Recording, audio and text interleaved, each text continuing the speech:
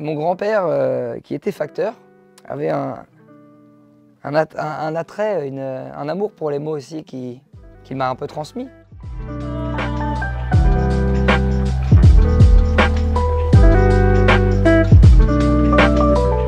Je cherchais dans ma bibliothèque les livres qui m'ont nourri, qui m'ont donné envie d'écrire tout simplement. Et j'ai retrouvé ce livre, c'est une sorte de... ça s'appelle La Nouvelle Anthologie Poétique, comme ça. C'est mon grand-père qui me l'a offert. Et en l'ouvrant, j'ai retrouvé un petit poème qu'il m'avait dédié, offert par son papy Gilbert à mon petit-fils Arthur pour faire en sorte que la vie lui soit douce et poétique, nouvelle anthologie poétique, que l'amour du bien lui donne du plaisir, que l'odeur des fleurs du matin lui donne tous les désirs, et que ses souhaits les meilleurs se réalisent, qu'au loin, ses peines se déchirent et s'apaisent, dans les plaines de ses rêves qui étincellent, la joie de vivre sans être ivre. C'est touchant. Et il y a un sentimentalisme très fort, mais c'est profond quand même. Il y avait aussi la découverte à la fois d'une langue qui n'est pas la langue de tous les jours. Et puis, à cet âge-là, de découvrir que c'est possible, qu'on peut faire ce que bon nous semble avec la langue, pourvu qu'on ait un peu d'audace et d'imagination. Mais aussi la graphie. Les mots se baladent différemment sur la feuille quand ils sont versifiés, rimés. Ce goût de la poésie qui est né à ce moment-là ne m'a jamais quitté depuis. Et ensuite, c'est au lycée que j'ai plongé à l'adolescence dans la littérature, et notamment en découvrant Lautréamont, et Rimbaud, et Baudelaire.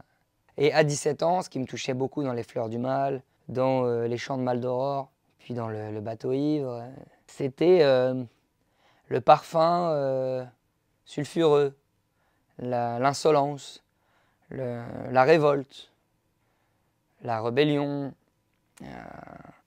l'odeur de la mort et du sexe. On ouvre le livre, on a l'impression de danser avec l'interdit. Parce que on découvre que la langue, qui était une force drôlatique qui permet d'inventer, de jouer, c'est aussi une arme. Voilà, en découvrant ça, forcément, j'étais fasciné par le pouvoir des mots, tout simplement. La force de l'imaginaire, c'est pas juste une facétie. Si on pénètre le réel de visions nouvelles, si on veut bien croire que ce monde-là peut être transformé par notre manière de le dire, déjà, alors on laisse la possibilité, en germe, infime, mais déjà là, de vraiment changer ce monde. C'est vraiment de la rencontre avec Antoine Caro que l'idée a germé que peut-être ces textes-là avaient une valeur en soi. Donc grâce à lui, j'ai accouché de ce premier livre, Le Déversoir, qui est une compilation de poèmes écrits sur 7 années, et avec une majorité de poèmes écrits juste avant la publication, parce que c'était important pour moi, dans cette démarche de spontanéité et d'écriture automatique, que la majorité des textes soient frais. Jusqu'au dernier moment où il fallait finir le bouquin, j'ai écrit chaque jour des poèmes automatiques. J'ai essayé dans cette introduction au livre de faire comprendre les mécanismes de cette écriture automatique. C'est-à-dire sans filtre de l'amour-propre, sans filtre esthétique ou moral, sans peur de décevoir, sans obligation d'impressionner. Parce qu'on a tout le temps un murmure dans la tête.